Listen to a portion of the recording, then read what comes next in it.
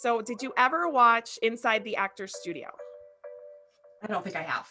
Okay, so it's an old show. It's no longer on. The host has since passed, but he used to interview celebrities on Bravo when I was like, this is like 95. That's when I was watching it. And it was always fun because at the end, he asked the celebrities, all of them, the same questions. Okay. And it was like, what's your favorite curse word? Or what does God say to you when he greets you at the pearly gates? Like, it was like kind of, and you kind of got to know the person a little bit more than just like what their projects that they were like working on. Okay. So this is pet related and inspired by that show. So here we go. You guys can either answer together or you can take turns. I'll leave it up to you guys. Okay. That's cool. You realize that she's just like on these answers like right away. That's like we'll start with who do you want to start first? Oh, here you go. That's No, cool. no, actually I want to hear from both of you on these. Yeah. So what is your favorite breed? Boston Terriers. Yeah, Boston Terriers. Really? Okay, I guess I should have known that. What is your least favorite breed? I don't think I can say out loud because I don't want to offend any of my customers. Okay, but don't say the breed. Why? Because they're small and people want to hold them, which takes away their flight or fight choices. So they tend to be nippy. And it's not of any fault of their own. No, you're right. Everyone holds them. Small dog syndrome. Yes. So any dog with small dog syndrome. That's the diplomatic answer. I like that. There you go. How about you, Andy? Are you going to say? No, I don't have any. Yeah, I've never heard you say anything about any specific breeds. No, Honestly. just as a guy in the store, I always have to. Pets respond differently to men than they do as women typically, and so I'm always sad when I give a dog a treat and they spit it out, and then someone else picks it up and they take it. But so any dog that's scared of men is not your favorite. No, they're cool. No, that's good that you're self-aware like that, though. That makes the experience for that particular dog all the better. Yeah. Do your pets sleep in your bed? Dogs, no. Cats, most of the time. And that's okay by the dogs? The dogs actually love their crates. Okay. So they go, when they are ready, Sassy especially goes running to her crate and she just looks at us like, I'm done. Beamer, he goes in there too. No issues. But if we are on a couch, there is a dog on someone's lap, under a blanket, etc. And the Absolutely. that beast, he will come and join the dogs. Disco, Yes. not so much. But both cats have their separate people beds they like to go and sleep in at night. And if we try to close the door, they actually try to open the door. Oh my And it's God. terrifying when you're fast asleep and you hear someone trying to open the door. So we just leave the door open and they come and join us. Smart. I have my former business partner. She had a cat that hated doors closed. Like it didn't matter who was there, why it was closed. He could not have it closed, and I couldn't take a shower there because he was like, Yeah. "Why is this door closed?" Who or what wakes you up in the morning? Oh, I'd say our kids. Like, they are so noisy in the morning. Yeah. Oh, like it's like they don't know how to open or close a door quietly. So they're just How old are they? How old are they? So Rex is 13 and Grace is 14. She's gonna be 15 soon. So You guys. So now that the pandemic is, easing up, you guys are going to be quite busy with events and Yes. things and responsibilities. Yikes. We will be differently busy. Yeah, well, you have been as if I don't think that the business is going to be any less busy. You're just going to be more busy with return to life as usual, I guess. Right. Yikes. What is your most used training command or cue? It has to be with Beamer. I was gonna say leave it. Leave it as Yeah. that's a good one. That's probably that's my most used. I have him sit a lot because he'll stop barking if I have him sit. He's a huge barker. I was gonna say my other command would be just to like as an interrupter. That might be my most used. That's a good one. Do you use that one with your children too, or is that just me? Actually, we had to stop using that for quite a while because Grace started doing that even when she was little. With Beamer. started getting overly. That is awesome. What is your least used training command or cue? One you either don't use because you forget, or one you would not use just because you don't like it. I don't like. We don't really use the word like come. No, You know? I would say heel, because I've never had a dog that walks pretty, and it's not a priority in my life. Heel. And can I I tell don't you, use heel either. it's so embarrassing going on a walk in our neighborhood with our dogs because they're horrible. And so I jokingly, I always say to Andy, make sure you're not wearing anything that says 2 Bostons. You go on a walk.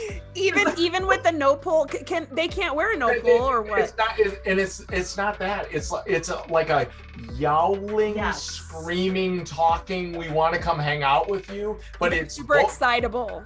but it's vocalized in such a way that it just sounds terrifying. Right, like you're like It goes hacking them on into for like pieces. a good 3 blocks. It's not like it's, Yeah, either stops. dog by themselves, no issues. Well, Together, screaming.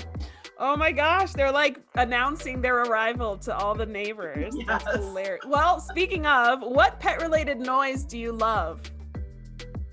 Oh, well, because we have the smushed and face dogs, they tend to snore.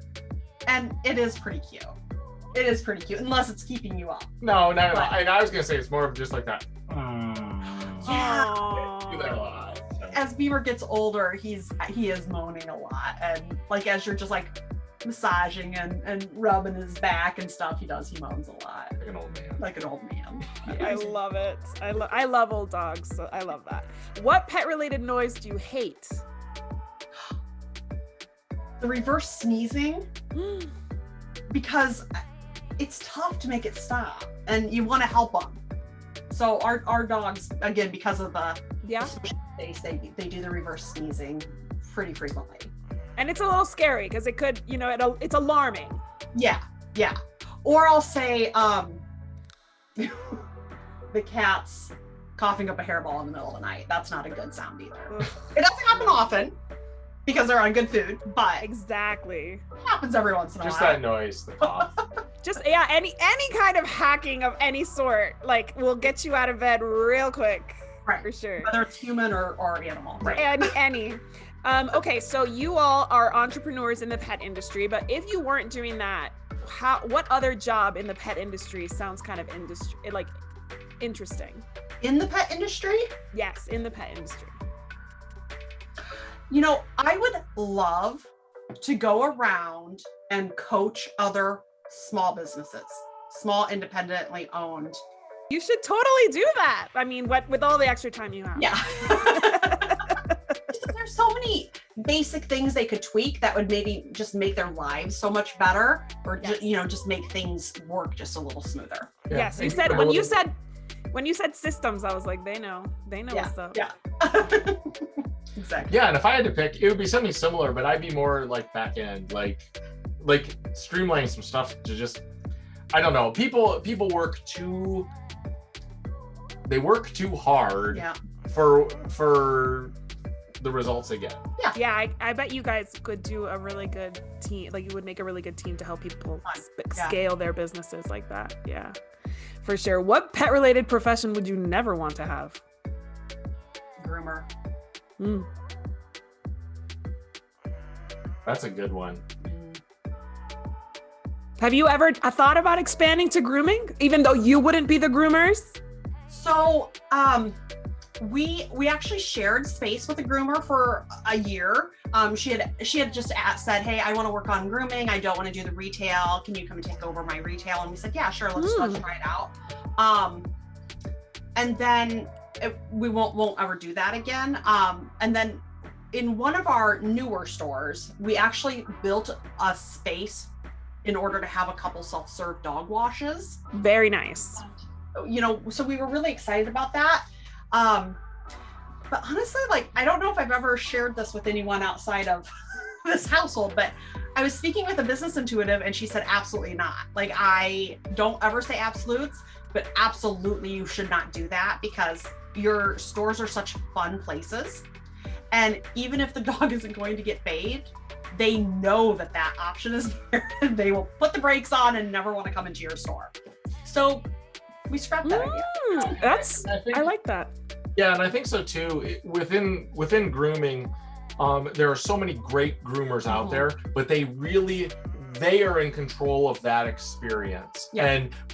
And from a retail store perspective, you can't control that experience. And I think that it takes someone who knows how to handle pets and how to do that safely and do it well to manage that process well for the benefit of the animals that they see. And that's not us. And we're experts in retail, and we just want to be able to stay in our lane. And there are experts in grooming, and they should just make it.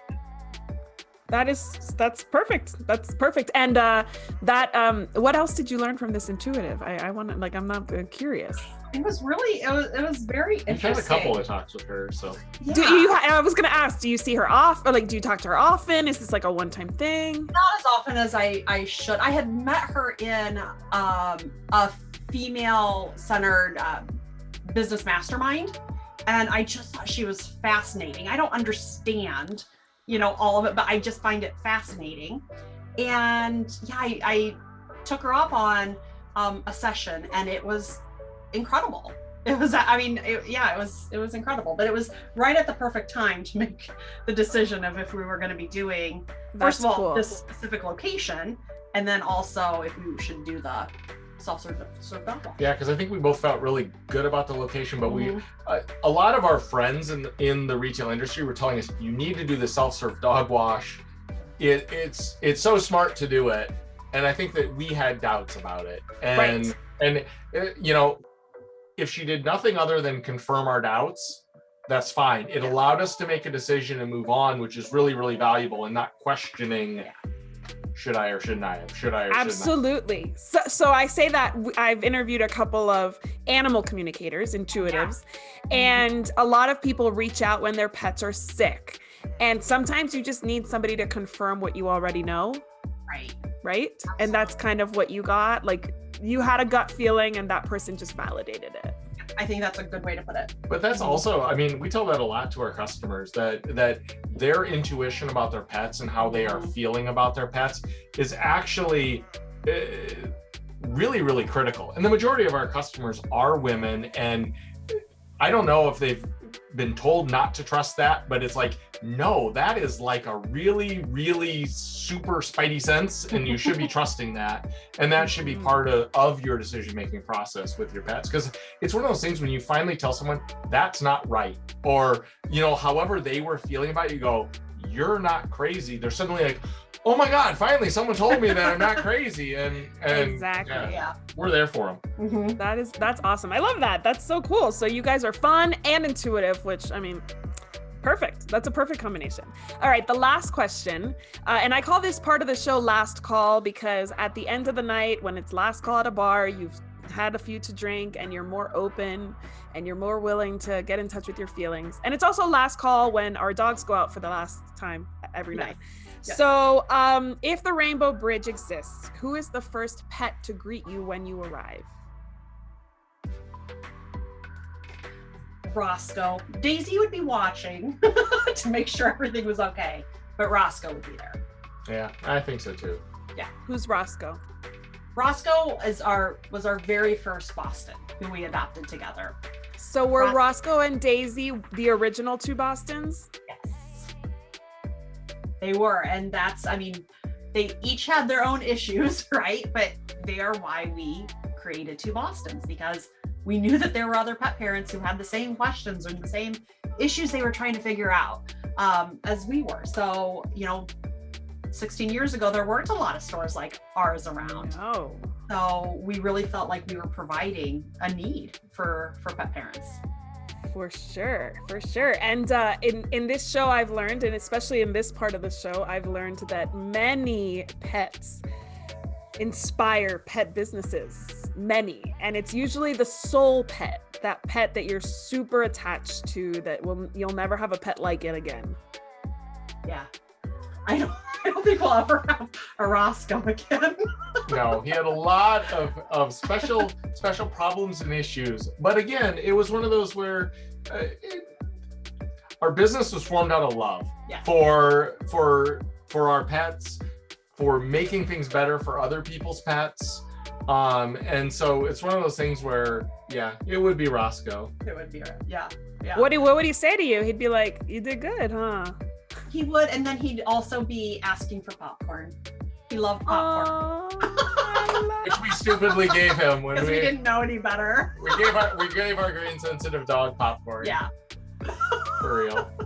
Oh, because not because it's not safe for dogs, but because he was grain sensitive, or is it just not safe for dogs? I don't know anything about popcorn and dogs. Well, corn isn't good, right? For dogs. Corn is not good. Okay. But he loved popcorn so much, and we've got the best picture of him. He had put his head in. Well, it was dog popcorn. Yeah, we had gotten some dog-specific popcorn that had like some type of flavor pack, like cheese that you could drink. Why does it have to be dog specific? Isn't it still popped corn? No, well, like right now we've got popcorn that is actually shaved Himalayan dog chews. Oh, wow. It's okay. actually cheese that pops into like kind of a puff.